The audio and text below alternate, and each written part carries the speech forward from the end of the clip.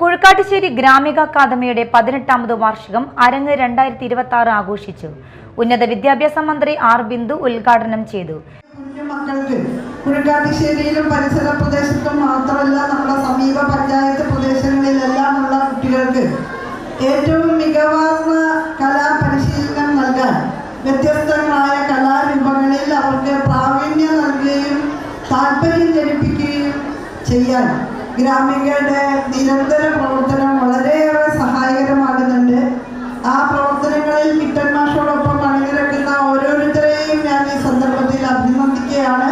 പ്രത്യേകിച്ച് അവർക്ക് പരിശീലനത്തിന് നേതൃത്വം നൽകുന്ന അധ്യാപകരെ നിറഞ്ഞ ഹൃദയത്തോടെ ഞാൻ അഭിനന്ദിക്കുകയാണ്.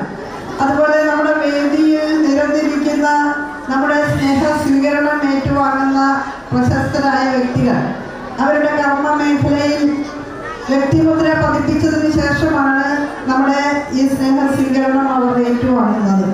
അതും കുട്ടികൾക്ക് നല്ലൊരു മാതൃകയായിരിക്കും.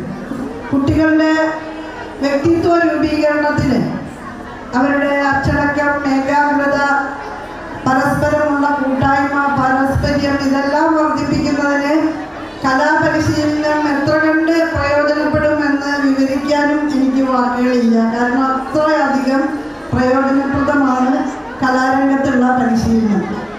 ഗ്രാമപഞ്ചായത്ത് പ്രസിഡന്റ് റോസിലി ഫ്രാൻസിസ് അധ്യക്ഷത വഹിച്ചു. വിവിധ പുരസ്കാര ജേതാക്കളായ പി ഹൃഷികേശൻ, പ്രശാന്ത് കരിന്തലക്കൂട്ടം, അനീഷ് ഹാറൂൺ റഷീദ്, സെബി മാളിയേക്കൽ, സുബ്രഹ്മണ്യൻ തലാപ്പിള്ളി, വാസുദേവൻ പനമ്പിള്ളി, സുഭാഷ് പോണോളി എന്നിവരെ ചടങ്ങിൽ ആദരിച്ചു. വിവിധ കലോത്സവ മത്സര വിജയികളെ ജില്ലാ panchayat vice president T K Sudheesh അനുമോദിച്ചു. നൃത്തവേദിയിൽ അരങ്ങേറ്റം കുറിക്കുന്ന 35 പേർക്ക് ജില്ലാ പഞ്ചായത്ത് അംഗം കാവ്യ രഞ്ജിത്ത് സ്മൃതി ഫലകങ്ങൾ സമർപ്പിച്ചു.